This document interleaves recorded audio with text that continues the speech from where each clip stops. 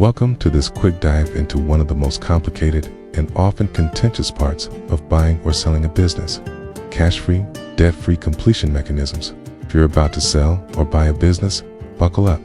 This video might just cure your insomnia faster than counting sheep. Cash-free, debt-free completion mechanisms, explained simply: when two parties agree on a business sale price, they usually agree on what's called an enterprise value, basically the headline price for the whole business. But here's the twist: that price is agreed on a cash-free, debt-free basis. Sounds simple, right? Not quite. Cash-free, debt-free means the seller pays off all the business's debts and takes out any extra cash except for the minimum working capital needed to keep things running smoothly. So, the buyer gets a company with no debts and enough cash left to keep it ticking over in the short term. Here's the quick formula: enterprise value plus excess cash minus debt equals equity value, the actual amount paid.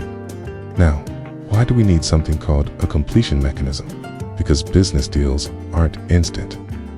There's usually weeks or months between agreeing the price and completing the sale. During that time, the business keeps running. Debts change.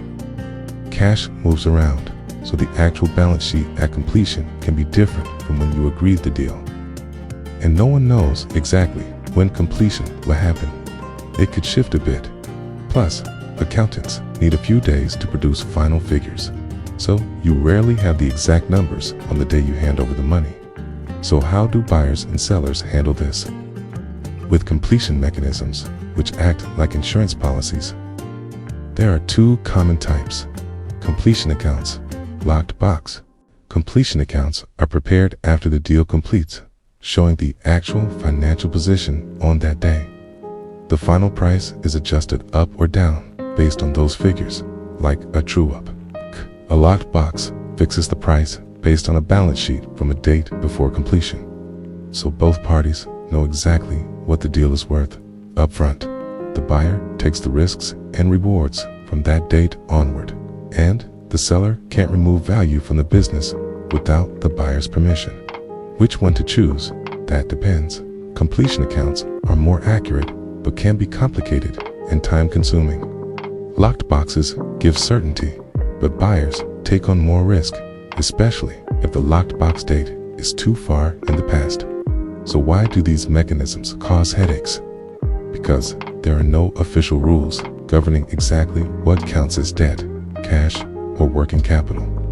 And negotiations often happen when everyone's tired and stressed with big money on the line. For example, what counts as debt? Bank loans?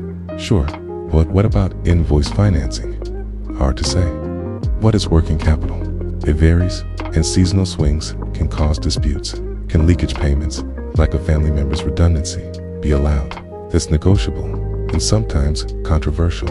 The hardest part: sellers hate when the equity value is less than the enterprise value, meaning they get paid less than expected.